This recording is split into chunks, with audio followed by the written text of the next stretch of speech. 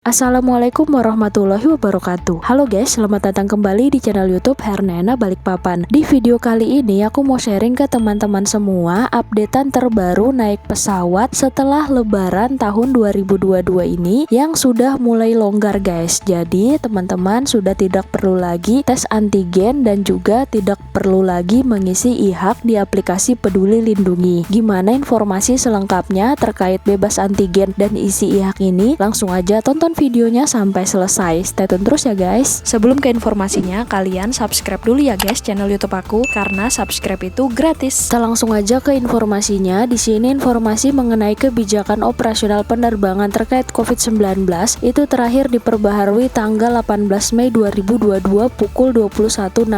Jadi ini informasinya sangat terupdate ya guys. Informasi ini dikutip dari situs resminya Garuda Indonesia, tetapi informasi ini untuk seluruh maskapai penerbangan domestik di Indonesia guys, seperti Lion Air, Batik Air, Wings Air, Super Airjet, Citylink, Sriwijaya Air, Nam Air, AirAsia, dan yang terakhir Garuda. Oke guys, kita langsung aja ke informasi syarat penerbangan domestik di Indonesia. Untuk kategori penumpang yang sudah mendapatkan vaksin dosis ketiga atau sudah booster, persyaratan terbangnya ini sertifikat vaksin aja dosis kedua atau ketiga yang bisa teman-teman perlihatkan di aplikasi Peduli Lindungi. Jadi teman-teman yang sudah mendapatkan vaksin booster atau sampai dengan dosis ketiga tidak perlu lagi melakukan tes PCR ataupun antigen. Kemudian kita lanjut untuk kategori penumpang yang sudah mendapatkan vaksin dosis kedua, persyaratan naik pesawatnya sertifikat vaksin dosis kedua. Jadi sudah tidak perlu lagi melakukan tes antigen seperti saat mudik lebaran kemarin guys. Jadi teman-teman yang sudah mendapatkan vaksin sampai dengan dosis kedua bisa langsung ke bandara aja tanpa perlu tes antigen lagi ya guys, seperti itu. Kemudian di sini untuk yang sudah vaksin dosis pertama, jadi teman-teman yang baru mendapatkan vaksin dosis pertama itu bisa melengkapi dengan tes COVID-19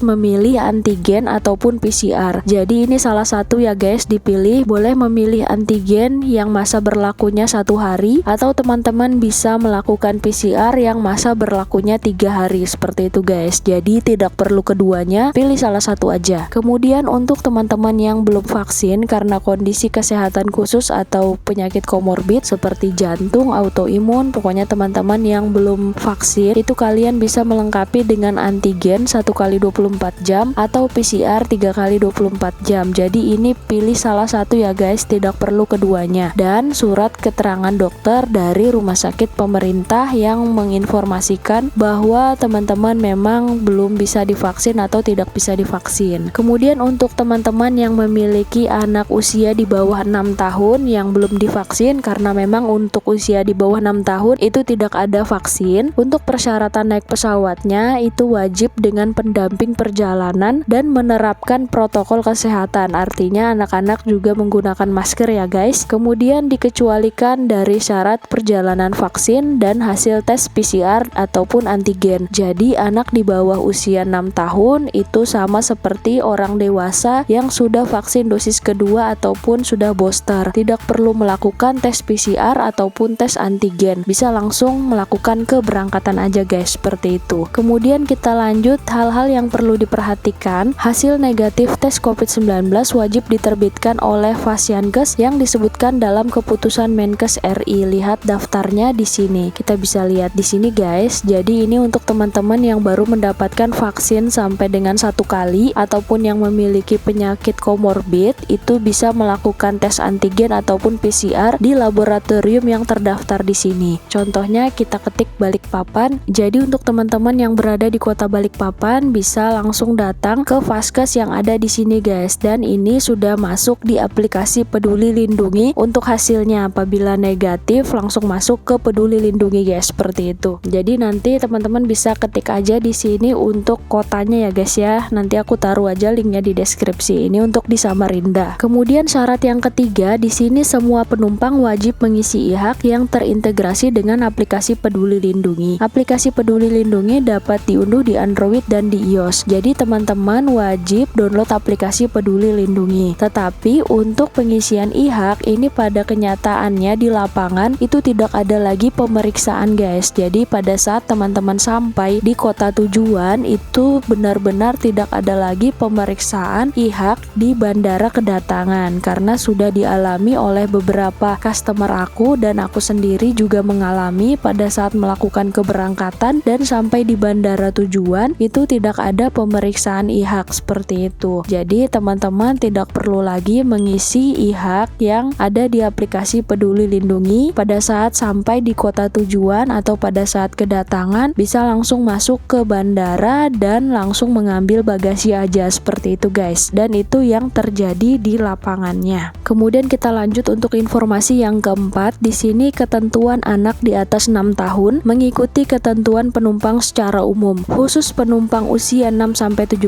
tahun dan sudah mendapat vaksin dosis kedua dikecualikan dari persyaratan antigen. Jadi untuk anak usia di atas 6 tahun pun itu sama seperti orang dewasa. Apabila baru mendapatkan vaksin dosis pertama itu bisa memilih antigen ataupun PCR. Untuk yang sudah mendapatkan vaksin sampai dosis kedua bisa langsung melakukan keberangkatan aja tanpa perlu tes antigen seperti itu guys. Jadi untuk anak 6-17 tahun ini sama seperti orang dewasa ya guys untuk syarat penerbangannya. Kemudian untuk tambahan informasi persyaratan perjalanan dalam negeri ini juga sudah diupdate di situs resmi Instagramnya Sams Pinggan Balikpapan guys. Untuk persyaratan perjalanan dalam negeri dari dan ke seluruh Indonesia ini yang tadi aku informasikan. Kemudian untuk catatannya, apabila status Peduli Lindungi PPDN masih berwarna hitam, maka masih perlu melakukan isolasi mandiri dan tidak dapat melakukan perjalanan. Kemudian setiap PPDN wajib menggunakan aplikasi Peduli Lindungi sebagai syarat melakukan perjalanan dalam negeri. Oke guys, jadi terima kasih untuk teman-teman yang sudah menonton video ini sampai selesai terkait updatean terbaru naik pesawat mulai tanggal 18 Mei kemarin yang saat ini sudah mulai longgar, yaitu bebas antigen untuk yang sudah mendapatkan vaksin dosis kedua dan ketiga dan juga tidak perlu lagi mengisi e-hak di aplikasi Peduli Lindungi. Dan terima kasih untuk teman-teman yang terus dukung channel YouTube ini dengan cara di-subscribe agar aku lebih semangat lagi dalam membuat konten-konten seputar travel vlog yaitu tiket, kuliner dan juga pariwisata. Wassalamualaikum warahmatullahi wabarakatuh. See you on the next video.